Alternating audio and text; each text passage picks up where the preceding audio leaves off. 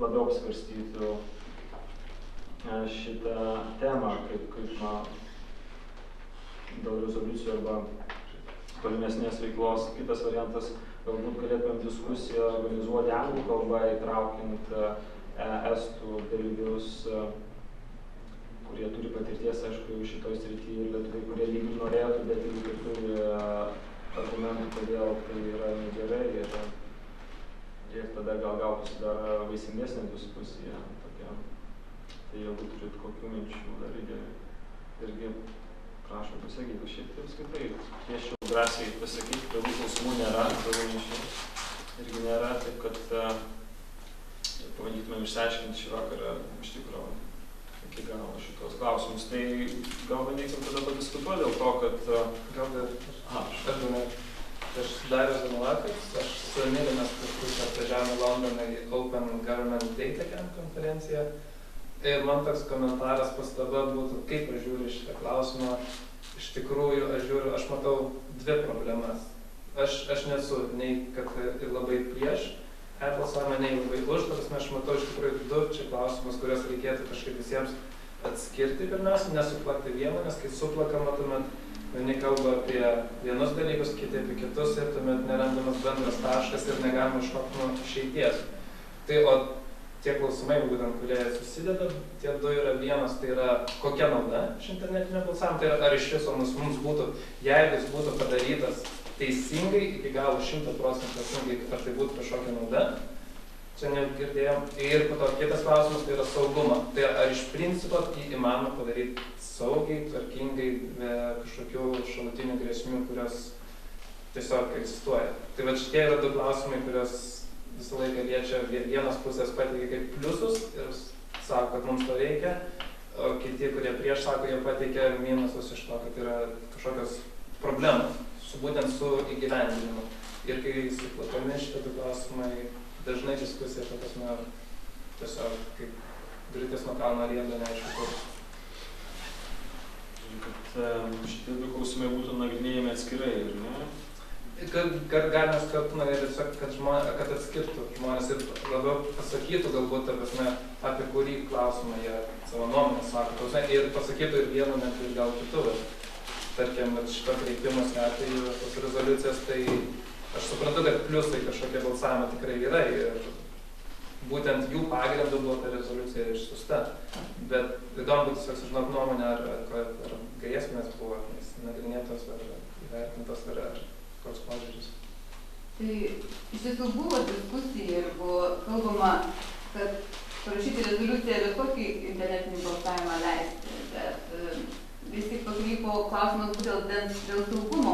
Ir kaip bandomasis variantas ir buvo prieita, kad jeigu leisti balsuoti tiems, kurie išvykę į užsienį, kadangi viena iš grėsmių yra, kad tu gali lengvai papirkti, atsistoti su laptopu ir surinkti tuos balsus, kai yra kondensuota vienoje vietoje. Kadangi užsienio lietuviai yra įsisklaidę ir būtų sunkiau juos kaip lokalizuoti ir to požiūriu nupirkti jų balsus. Ir tai netiek daug kainuotų, jeigu tai būtų užsienio balsuotojai. Bet to, kaip rodo statistika, iš Lietuvos išvyko gana nemažai žmonių, sunku pasakyti, 300–400 tūkstančių, 500 milijono, bet rinkėjų aktyvumas ambasadose užsienyje visiškai yra mažas. Tai ar tai yra, kad žmonės tikrai yra tokie nepilietiškai ir nepolitiški, kurie išvažiavo, atiems žmonėms yra sunku, nes yra sunki procedūra. Tu turi ambasadai užsiregistruoti, tu kažkaip turi ar atvykti į ambasadą ir jiems ir būtų tas geriausia. Dėl to ta rezoliucija ir buvo parašyta, būtent galvojant, tik tai pradiniam variante, pripratinti visuomenę prie pačios idėjos. Kol iš tiesų tie saugumo klausimai nėra taip gerai ištyrinėti. Gal papildysiu, dar yra vienas balsavimas legaliai leidžiamas, tai balsavimas paštu. Taip. Balsavimas paštu irgi, manyčiau, tai yra vienas iš užsienio dalykų. Bet Lietuvoje nebėra likę. Lietuvoje jis nenaudojamas. Aš nežinau, kaip yra užsienį, aš Lietuvoje, atsiprašau, bet Lietuvos teritorijų balsavimo paštu nebėra. Taip, jis buvo panaikintas prieš kelis metus. Yra iš ankstinis balsavimas, kai jūs ateinat, tarkim, Vilniuje, ten aišku yra savas problemas. Į Vilnių irgi yra imigrantų iš... Bet iš ankstinis balsavimas paštu, aš manyčiau, tai taip. Yra esminis skirtumas tarp, gal, man atrodo, jis net ir įstatymas nesilaikoma paštu, nes yra esminis skirtumas, kalbant iš viso apie tai, kaip vykdomi rinkimai. Balsavimas paštu gali vykti bet kur įmesit, pabalsuosit ant kažkokio lapo biuletenio, pašte ar dar kažkur įmesit voką ir nueiti. Tai nesvarbu, kas jums šalia stovės ir panašiai. Balsavimo. Kada buvo paskutinis balsavimas? Ir į Seimą. Prieš 2 metus. Prieš 2 metus. Tai nuo tada panaikintas? Ne, dar anksčiau panaikintas. Aš gavau dokumentus balsavimo paštu. Tai užsienyje gal. Taip, mes balsavome. Įstatymė, aš tikrai nemačiau, kad įstatymas būtų keistas. Bet Lietuvoje, jo pačioje Lietuvoje nebėra lygiai. Tai ta prasme, kad gal procedūros jau nebėra atliekamos, tai čia jau galima pasižiūrėti teisiškai. Bet procedūros atliekamos šičia, tai jos atliekamos, todėl kad nieks nepanaikino teisės savo nuomonę išreikšti paštu. Nes problemagi ne tame, kad, reiškia, sakysim, nebereikalinga, kadangi Lietuvos piliečiai gali visą laiką pasiekti ir pakankamai geros komunikacijos, o dėl to, kad paprasčiausiai šičia žmonės ir nenustatyta dar procedūros, kaip tos žmonės identifikuoti, kadangi žmogus gali gyventi 10 vietų, 15 pakeisti per tuos metus ir taip toliau. Tai nusiuntimas dokumentų paštu tai vienas iš tokių pasiūlymų valstybės, kad balsuotų.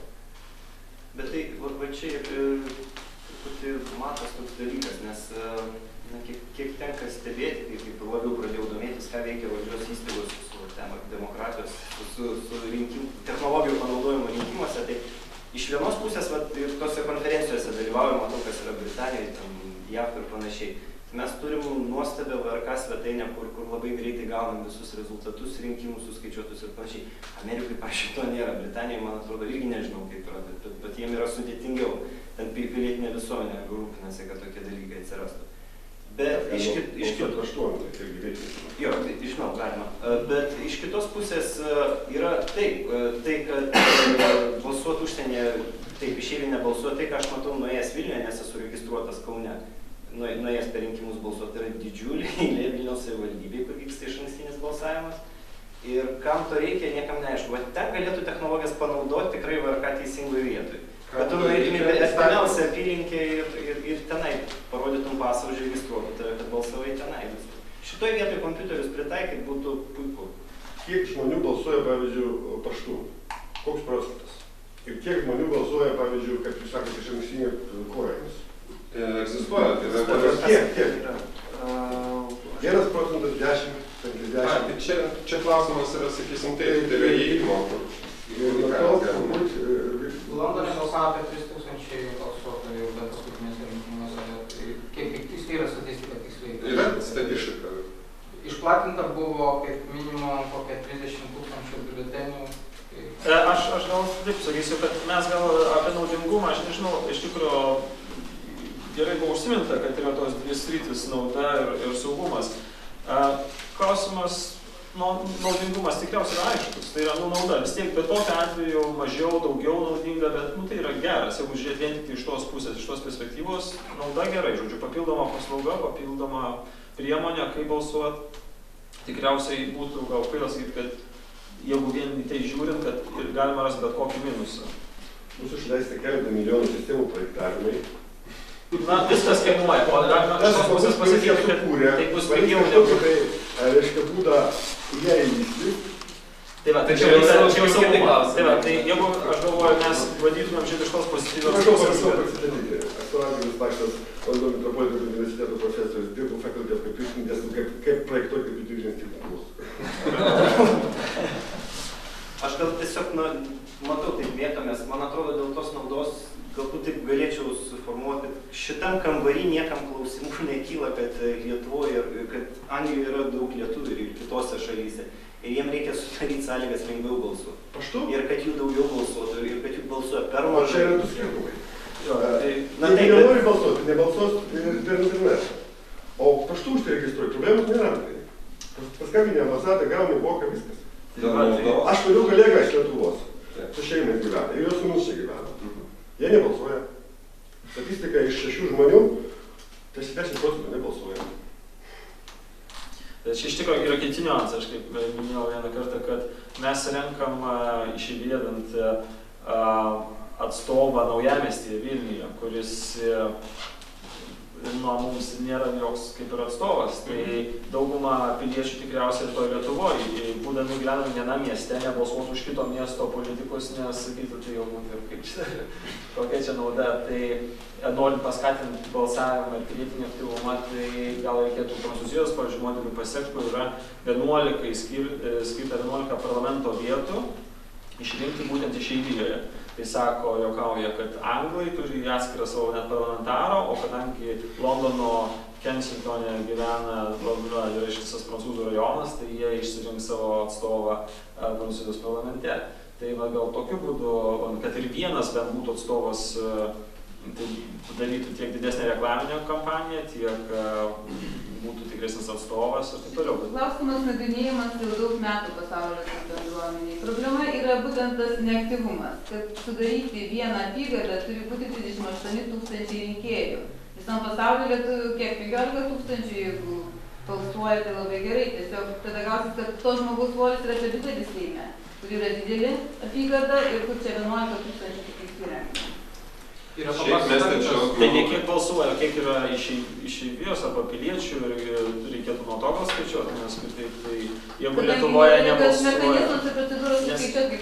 O tai Lietuvoje irgi nesuskaičiuoja, kiek balsuoja, ir aš kaip prieš rinkimus darant nesuskaičiuoja, kiek balsavo. Suskaičiuoja, kiek biuletenių yra. Ir kitas dalykas, sakykime, Europos Sąjungos rinkimuose dalyvavo 50% rinkėjų Lietuvoje iš viso. Tai apie ką kalbėti tada tokia atveju. Iš principo mes labai maišom dalykus. Sudarimas sąlygų balsuoti ir galvoti, kad jeigu balsuos, tada sudarysim sąlygas. Lietuva visą laiką daro žingsnius atbulinius. Ne prevenciją, o daro pasiekmių likvidavimą. Galbūt jeigu pradėsime prevenciją daryti, tada likvidavimo nebereikės daryti. Galima truputėlį išsakyti savo nuomonę, kas liečia akmenuką, aiškiai Lietuvos valdžios vartus, tai visa problema yra tame, kadangi buvau susidūręs ambasados rinkimais. Visa problema yra tame, kad ambasadoms net žmonėms, kurie organizuoja šitos rinkimus, nemoka. Yra kompensuojamos tik tai vienintelė ką? Išlaidos kažkokiems darbams atlikti. Bet pavyzdžiui, žmonės, kurie dalyvauja, jie yra neapmokami. Kaip skirtingai nuo Lietuvos.